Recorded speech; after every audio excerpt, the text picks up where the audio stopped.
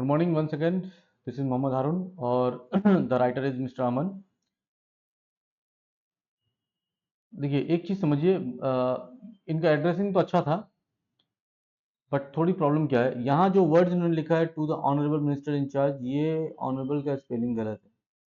या तो आप प्रॉपर लिखिए ऑनरेबल जैसे लिखा जाता है।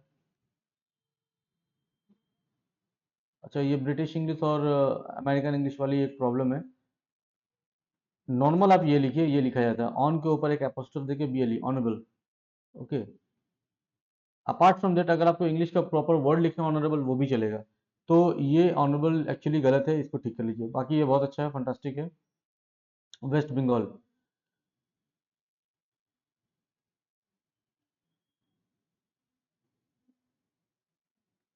Complaint regarding poor condition of state highways and suggestion for remedial measures. अच्छा ठीक है, ये आप इसको अवॉइड कर लीजिए।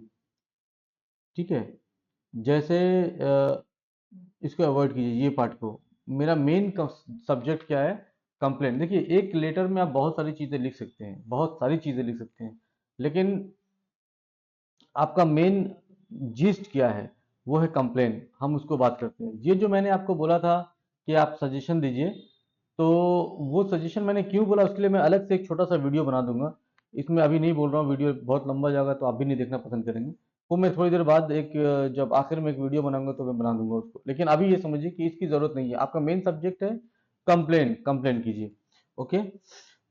I XYZ son of PQ are residing in ABC West Bengal wish to draw your attention। अच्छा यहाँ पे एक मुझे पता नहीं इंडिया के बाकी हिस्सों में क्या हिसाब है, लेकिन बंगाल में बड़ा गंदा कल्चर है काइंड यूज करने का। Kind information, kind perusal, kind attention. Attention is always sincere.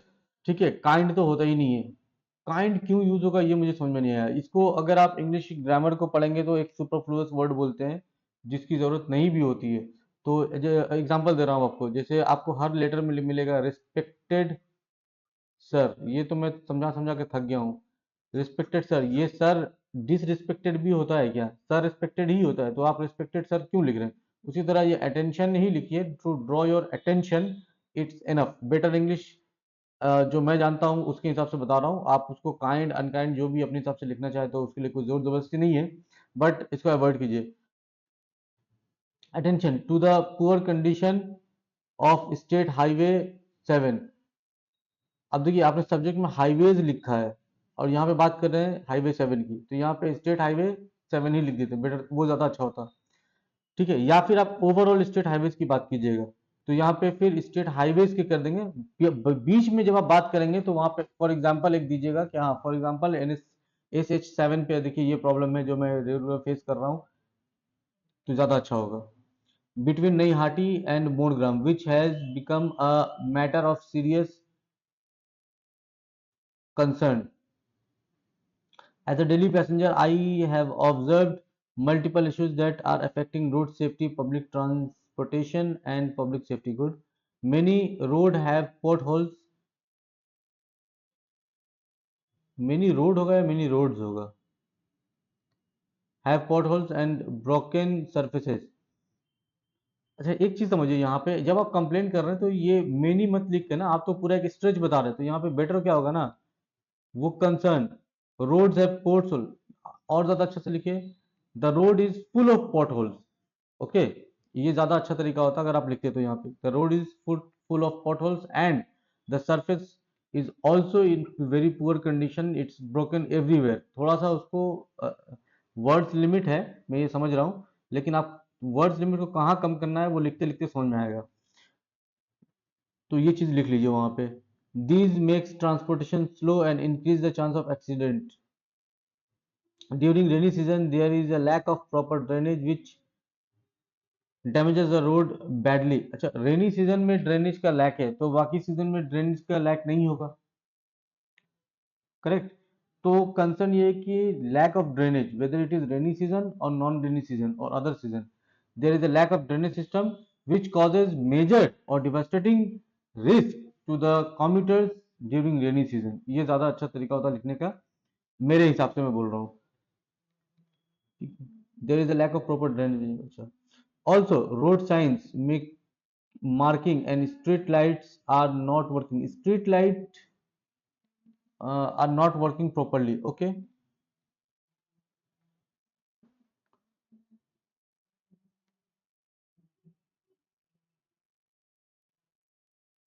This creates problem specially at night. देखो, दो चीज़ों को आपने मिला दिया है। रोड साइन क्या काम करता है, मतलब जब आप लाइट के साथ रोड साइड का कंपैरिजन करते हैं तो थोड़ा अलग है। तो रोड साइन इज, या तो नंबर ऑफ रोड साइन की कमी है, या फिर वो प्रॉपर प्लेस्ड नहीं है। रोड साइन का ये एक इशू हो सकता है। मतलब समझिए रोड साइन आपको दिख नहीं रहा है, या उस पे जो लाइटिंग, मतलब जो स्पार्कलिंग जो स्टिकर्स लगाए हुए हैं या जो साइनेज लगा हुआ है वो अकॉर्डिंगली काम नहीं कर रहा है।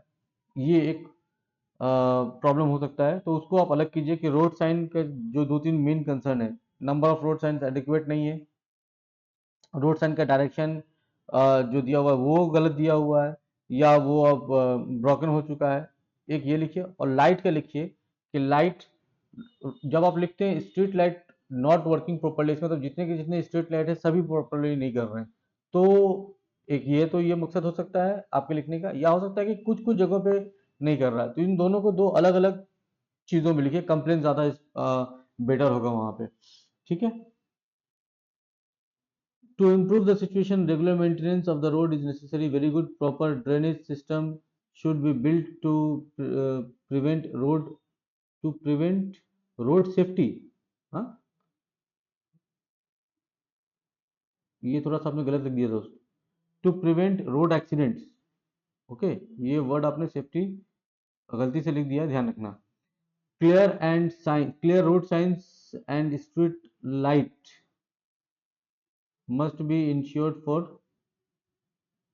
safety.